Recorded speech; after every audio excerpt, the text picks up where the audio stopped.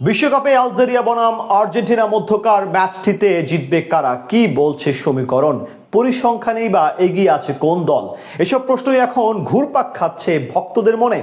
যেখানে আলজেরিয়া বিপক্ষে আরো একবার আকাশী নীল শিবিরে ত্রাতা হিসেবে আবির্ভূত হবেন লিওনেল মেসি, আফ্রিকানি জায়ান্টদের বিপক্ষে আলবিসেলেস্তাদের অতীত পরিসংখ্যান কি বলছে, চলমান বিশ্বকাপে নিজেদের প্রথম ম্যাচে কেমন করবে লিওনেল স্কালোনির শিষ্যরা, সেই সব কিছু এক করে শুনবো এই রিপোর্টে। বিশ্বমঞ্চে শিরোপা ধরে রাখার মিশনে বুধবার মাঠে নামছে আর্জেন্টিনা। গ্রুপ জে এর ম্যাচে যেখানে আলবিসেলেস্তাদের প্রতিপক্ষ আফ্রিকান পরাশক্তি আলজেরিয়া, শক্তির বিচারে দুই দলের মাঝে ব্যবধান থাকলেও বিশ্বকাপের প্রথম ম্যাচ সব সময় ছড়ায় বাড়তি রোমাঞ্চ। আর দলটার নাম আর্জেন্টিনা হলে তো কোনো কথাই নেই, কেননা কাতার বিশ্বকাপে নিজেদের প্রথম ম্যাচে সৌদি আরবের বিপক্ষে হোঁচট খায় দলটি। তাই তো মাঠের লড়াই শুরুর আগে ফুটবল প্রেমীদের মনে এখন একটাই প্রশ্ন, পরিসংখ্যান আর শক্তিমত্তায় ম্যাচটিতে কারা এগিয়ে রয়েছে।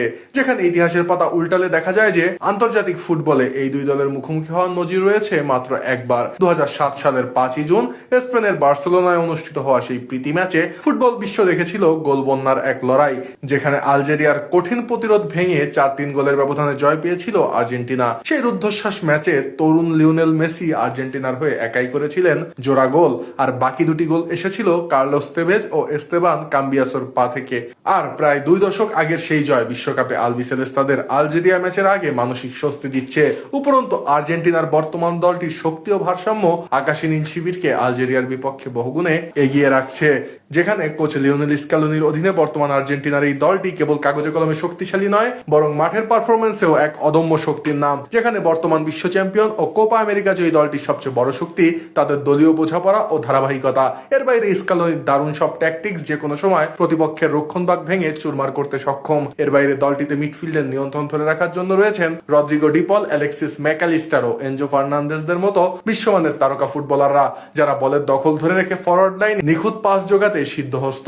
আর আর্জেন্টাইনদের আক্রমণ ভাগের নেতৃত্ব দিতে বরাবরের ন্যায় প্রস্তুত ইতিহাসের অন্যতম সেরা ফুটবলার লিওনেল মেসি। 2007 সালে আলজেরিয়ার জাল কাঁপানো সেই তরুণ মেসি এখন অভিজ্ঞতায় আরো বেশি পরিপক্ক। শুধু তাই নয়, মাঠের লড়াইয়ে যে কোনো মুহূর্তে বাপায়ের ভেলকিতে ম্যাচের ভাগ্য বদলে দিতে সিদ্ধহস্ত LM10। এর বাইরে মেসির পাসিং ভিশন এবং ফ্রি কিক প্রতিপক্ষের জন্য সবসময় মাথা ব্যথার কারণ। তাই তো আলজেরিয়ার বিপক্ষে ম্যাচেও যে তিনি দলটির প্রধান চালিকা শক্তি হবেন তার বলার অপেক্ষা রাখে না। এছাড়াও আলজেরিয়ার বিপক্ষে ম্যাচে আক্রমণে মেসিকে যোগ্য সঙ্গ দিতে দেখা যাবে লাউতারো মার্টিনেজকে।